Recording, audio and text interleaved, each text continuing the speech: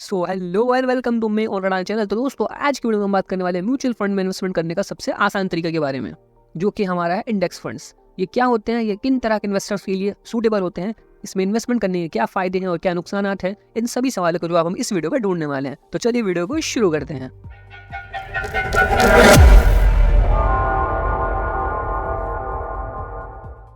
Index funds mutual funds industry में सबसे simple funds होते हैं, जिनमें इन्वेस्टमेंट करना एक बिगिनर्स के लिए बहुत ही आसान होता है, क्योंकि जो इंडेक्स फंड्स होते हैं वो एक पर्टिकुलर नंबर ऑफ स्टॉक्स में इन्वेस्टमेंट करते हैं, जो कि मार्केट को रिप्रेजेंट करते हैं। जैसे एग्जांपल के लिए हमारा निफ्टी 50, जिसके अंदर हमारे टॉप 50 कंपनीज हैं। तो अगर कोई इन्वेस्टर एक निफ्टी 50 का इंडेक्स फंड को चूज करता है, इसका मतलब वो इंडिया के टॉप 50 कंपनीज के अंदर इन्वेस्टमेंट करने वाला है।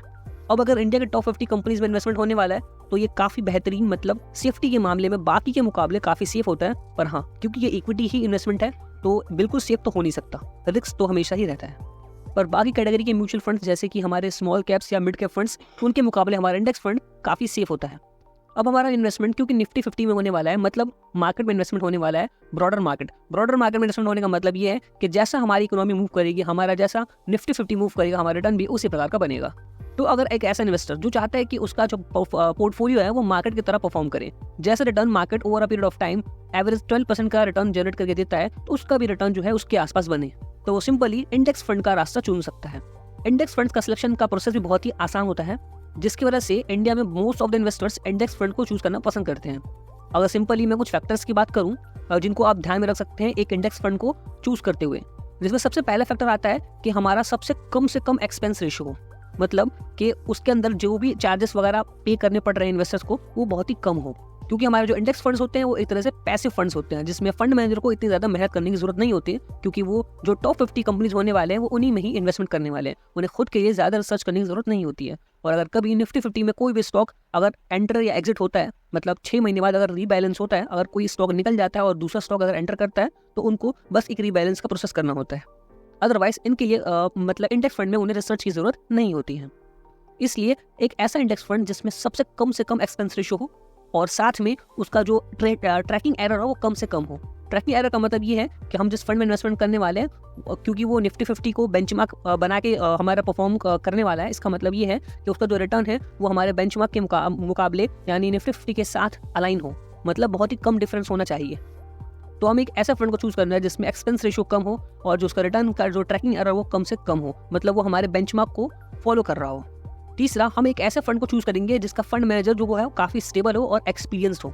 इसके लिए आप डिफरेंट वेबसाइट्स वगैरह पर जाके रिसर्च कर सकते हैं। चौथा फैक्टर कि उस फंड के पास परफॉर्मेंस कैसी रही है। तो ये मेनली 4 फैक्टर है जिनको आप फोकस करते हुए एक बेस्ट इंडेक्स फंड को फाइंड कर सकते हैं। इंडिया में इंडेक्स फंड इतना ज़्यादा पॉपुलर इसलिए है क्योंकि ये सबसे ज़्यादा सिंपल होता है इन्वेस्टमेंट करना, क्योंकि इसके अंदर आपको ज़्यादा चीज़ें एनालाइज करने की जरूरत नहीं होती है। सिंपली कम से कम एक्सपेंस रेशियो देखने को मिले, एक बेहतरीन फंड मैनेजर हो, उसका पास रिकॉर्ड अच्छा हो और उसका जो ट्रैकिंग हो वो लो हो काफ़ी।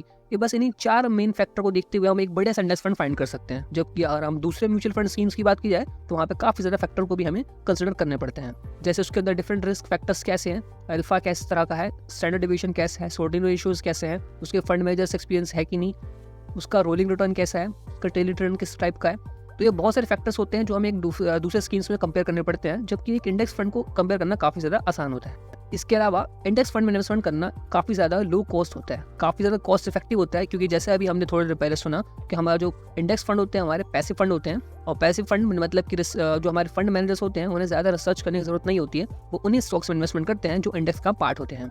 तो क्योंकि इतना ज़्यादा रिसर्च वगैरह करने की जरूरत नहीं होती है, तो इसलिए काफ़ी कम एक्सपेंस रेशियो चार्ज करते हैं, जिसकी वजह से ये कॉस्ट इफेक्टिव बन जाता है।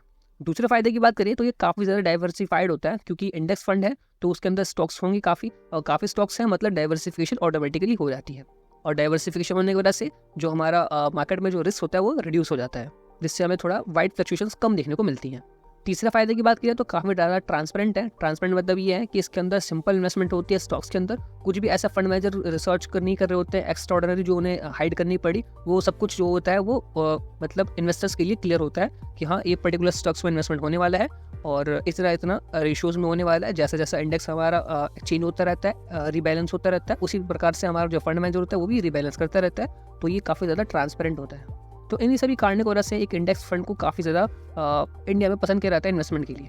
और पास रिकॉर्ड्स की बात की जाए तो over a period of time हमारा जो निफ्टी 50 है वो एवरेजली 12% के आसपास रिटर्न दे ही देता है, जो कि हमारे एफडी वगैरह या फिर डेट फंड के मुकाबले काफ़ी ज़्यादा बेहतरीन होते हैं। और ये हम भी जानते हैं कि मार्केट जो है कंटिन्यूसली धीरे धीरे करके ऊपर जाता ही रहता है। तो एक लॉन्ग टर्म में इन्वेस्टमेंट अगर आप इन्वेस्टमेंट करने के बारे में सोच रहे हैं तो इंडेक्स फंड काफ़ी ज़्यादा सिक्योर हो जाते हैं। पर हाँ, ये बात का ध्यान बिल्कुल रखना होता है कि अगर इक्विटी रिलेटेड इन्वेस्टमेंट हो रहा है इसका मतलब रिस्क तो है, लेकिन हाँ बाकी के मुकाबले कम बोल सकते हैं।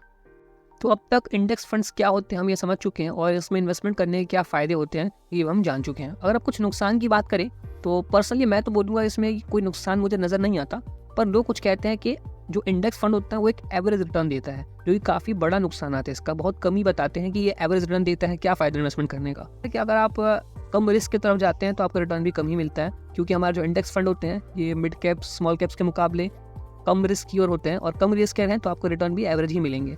तो सिंपल सा हमारे एक इन्वेस्टमेंट का रूल भी होता है कि अगर आप लो रिस्क लेना चाहेंगे तो आपको रिटर्न भी लो ही मिलेगा, अगर आप हाई रिस्क की तरफ जाते हैं तो हाई रिटर्न होने के चांसेस बनते हैं। तो क्योंकि हमारे इंडेक्स फंड जो होते हैं वो हमारे मिड स्मॉल कैप के मुकाबले सिक्योर होते हैं, थोड़ा कम रिस्की होते हैं, तो इनका रिटर्न भी एवरेज ही आता है। और एवरेज रिटर्न भी 12% के आसपास का हम लोग नॉर्मली हमने over a period of pass return हमारा रिकॉर्ड जो है वो 12 के आसपास का है निफ्टी 50 का, जो कि इतना भी बुरा नहीं है।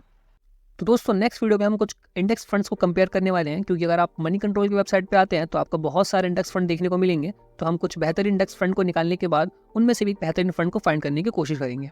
तो अगर वीडियो को मैं कंक्लूड करूँ तो इंडेक्स फंड काफ़ी सिंपल इन्वेस्टमेंट का एक तरीका है हमारे म्यूचुअल फंड के थ्रू, जिसके अंदर हम एक इंडेक्स के अंदर मतलब एक पोर्टफोलियो हमारा ऑलरेडी क्रिएटेड होता है, उस स्टॉक्स के अंदर हम इन्वेस्टमेंट करते हैं। और अगर हमारा इन्वेस्टमेंट अगर ब्रॉडर इंडेक्स में हो रहा है, जैसे कि हमारा निफ्टी 50 जो कि बड़ा इंडेक्स है, जो कि हमारे इंडिया के मार्केट को रेप्लिकेट करता है, रिप्रेजेंट करता है, तो ये हमारे बाकी फंड्स के मुकाबले काफ़ी ज़्यादा सेफ हो जाते हैं over a long period of time. हमारा जो इंडेक्स फंड होता है वो काफ़ी ज़्यादा सूटेबल होता है, क्योंकि इसमें ज़्यादा आपको रिसर्च करने की जरूरत नहीं होती है और स्टार्टिंग करने के लिए काफ़ी बेहतरीन होता है। और अगर आपका आप रिस्क जो ज़्यादा नहीं ले सकते हैं, मॉडरेट आपका रिस्क एपेटाइट है, तो इंडेक्स फंड आपके लिए काफ़ी बेहतरीन होगा।